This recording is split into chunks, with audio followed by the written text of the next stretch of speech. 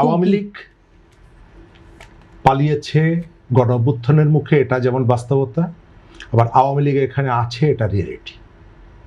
আমি এখানে একমত হতে পারি যে আওয়ামী লীগ নাই।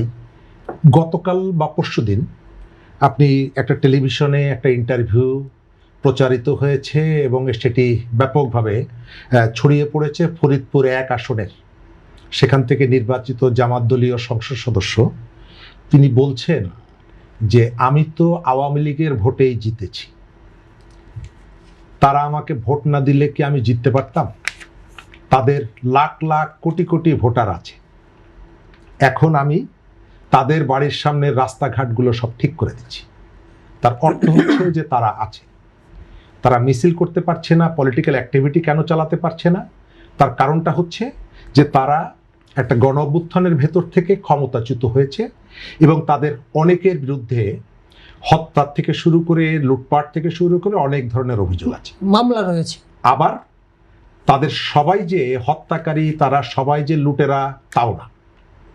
এখন আপনি তাকে রাজনীতিতে কিভাবে কোথায় জায়গা দিবেন, আপনি নিষিদ্ধ করে তাকে নিশ্চিহ্ন করে দিতে পারবেন কিনা? জামাতকে আমরা নিষিদ্ধ করেছিলাম, নিশ্চিহ্ন করতে পারিনি। এই ব্যাপারগুলো রিয়েলিটিটা আপনাকে বিবেচনা করবেন কি করবেন না, এটা সিদ্ধান্তটা নেবে যাদের রাজনীতিতে প্রভাবটা সব থেকে বেশি। এখন এই বিষয়টা ছোট একটা দল, তার পক্ষে আসলে সিদ্ধান্ত নেওয়ার সুযোগটা কম, কারণ তার প্রভাবটা ওই রকমের। বড় দল হিসাবে এখানে বিএনপি আছে, জামাত আছে, প্রধানত দুটো বড় দল। কিন্তু আপনি খেয়াল করে দেখবেন আওয়ামী লীগকে যার প্রয়োজন হচ্ছে, আওয়ামী লীগকে সে কিন্তু আওয়ামী লীগকে ব্যবহার করছে। আওয়ামী লীগের লোকজন বিভিন্ন দলে যাচ্ছে, তাদের ভোটের সময় তার বাড়ির সামনে গিয়ে আমরা বসে থাকছি, ইত্যাদি ইত্যাদি। এখন তারা যে মিছিল করেছে, এই মিছিলের চোরাগুপ্তা মিছিল তারা করছে এবং অনেককে দেখি যে এটি নিয়ে খুব উৎসাহিত হচ্ছে।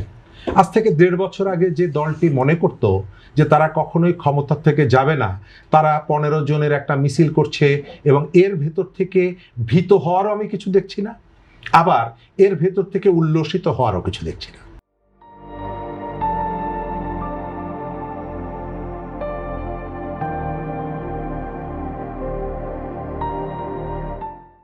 এখন পুলিশ তাদেরকে, হ্যাঁ, তারা যারা অপরাধ করেছে তাদেরকে আপনি বিচার করবেন, গ্রেপ্তার করবেন, প্রসিডিওর মেনটেন করবেন, কিন্তু লক্ষণীয় ব্যাপার হলো যে আমাদের জুলাইয়ের পরে আমাদের 3টা যে গুরুত্বপূর্ণ দায়িত্ব ছিল, একটা হচ্ছে সংস্কারের কিছু কাজ, দ্বিতীয়ত হচ্ছে নির্বাচনের জন্য প্রস্তুতি এবং নির্বাচন, তৃতীয়ত হচ্ছে জুলাই হত্যাকাণ্ডের বিচার। কিন্তু এই কাজগুলো করতে গিয়ে আমরা প্রায় সবটা জায়গায় হযবরল করে ফেলেছি। জুলাই হত্যাকাণ্ডের বিচার কি এটি প্রশ্নের ঊর্ধ্বে না। প্রশ্নের ঊর্ধ্বে না এই কারণে যে জুলাই হত্যাকাণ্ডের জন্য আপনি দেশের প্রধানমন্ত্রীকে হুকুমের আসামি করেছেন তো, বিচার করেছেন। আপনি দেশের স্বরাষ্ট্রমন্ত্রীকে হুকুমের আসামি করেছেন। তাদের বিরুদ্ধে যে অভিযোগগুলো, কেউ কিন্তু বলেনি যে তাকে সিটি কলেজের সামনে স্টেন গান হাতে দেখা গেছে।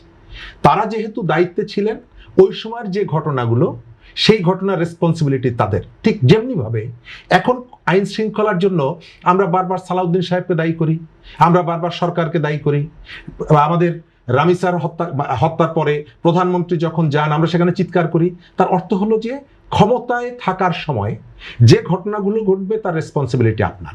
কিন্তু আমরা বিপরীত চিত্রও তো দেখেছি, যখন পুলিশও হত্যাকাণ্ডের শিকার হয়েছে, তখন আমরা এই মামলাগুলো আমি শেষ করিনি। এরপরে আপনি দেশের তৃতীয় যে ব্যক্তি আইন শৃঙ্খলার, পুলিশের প্রধান, যে পুলিশের বিরুদ্ধে অভিযোগটা সব থেকে বেশি, সেই পুলিশের প্রধানকে আপনি কি বিচারের মুখোমুখি করলেন?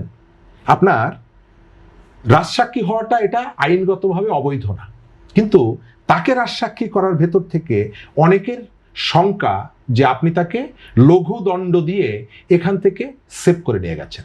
সুতরাং এই বিচারটা যখনই হবে, সঙ্গত কারণে আমি প্রশ্ন করতে পারি, সন্দেহ পোষণ করতে পারি যে আপনি কেস টু কেস বিচারের ক্ষেত্রে আপনার অ্যাকশনগুলো ভিন্ন। আপনি লালবাগ থানার কনস্টেবলকে হত্যাকাণ্ডের জন্য অভিযুক্ত করছেন, আপনি ওই তেজগাঁ থানার সাব ইন্সপেক্টরকে অভিযুক্ত করছেন, কিন্তু আপনি আইজিকে ছেড়ে দিচ্ছেন। তার অর্থ হলো যে বিচারের ক্ষেত্রে আপনার আইনের শাসনের বদলে এক ধরনের শাসকের আইন, চুজ অ্যান্ড পিক। আমি যাকে পছন্দ করি তার বিচারটা আমি করছি না, আমি যাকে পছন্দ করি না তার বিচারটা করছি। এই কারণে আওয়ামী লীগকে নিয়ে এই ধরনের একটা অবস্থা তৈরি হয়েছে। আওয়ামী লীগের সবাই যারা অপরাধী না তাদেরকে আপনি রাজনীতি করতে দেবেন না, এই সিদ্ধান্তটা আপনি নিয়েছেন এবং একটি নতুন চ্যালেঞ্জ আপনি ওপেন করে দিয়েছেন। কারা এই সিদ্ধান্ত নিল? আমাদের রাজনৈতিকভাবে সিদ্ধান্ত হয়েছে, তখন সিদ্ধান্ত হয়েছে, অন্তর্বর্তী সরকার সিদ্ধান্ত গ্রহণ করেছে, এগুলো আমরা সবাই জানি।